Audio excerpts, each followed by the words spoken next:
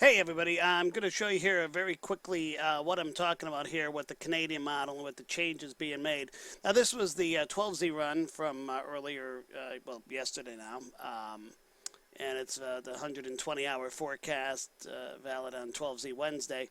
And this is the ridge I'm looking at out here. It's this piece here, out in here, and you can see it's just coming into the Northwest Territories, and we're looking at about 566, 567 heights with it as it is coming in there, and we can see here's our low pressure system up into northeastern Ohio.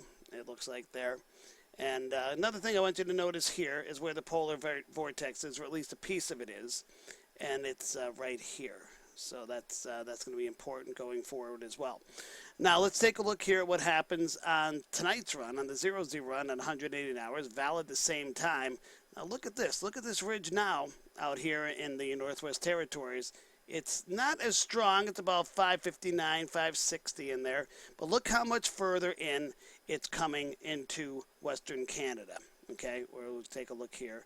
And there's the old run, there's the new run. A stark difference here. It goes from here on the 12Z run, and then we take it to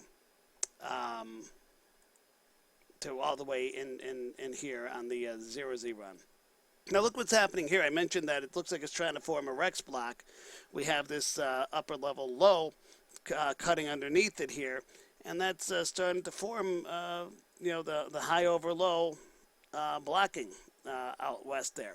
Now, I mentioned before to keep it, watch where the polar vortex is, okay? Now, here's the 120 hour from 12Z, and it's up here. Now, watch what happens, though, when we get to the 0Z 108 hour. It's coming down here, okay? And what that's doing is that's blocking this system from coming further north, and you can see the difference here on the surface panel. Here's our 120 hour from 0Z, and there's our low up in northeast Ohio.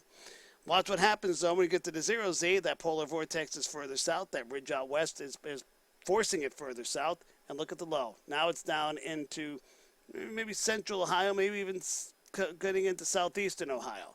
So watch the difference in the low between the old run and the new run.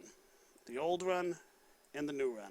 Feel like Kevin Costner in JFK there. Back into the left. Back into the left.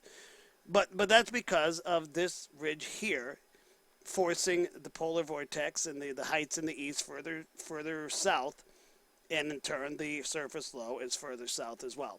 So that's what I was talking about in my post. I just wanted to do it graphically for everybody so you can see exactly what it is I'm talking about. Now, is this right? At this point, I honestly don't know. It could be.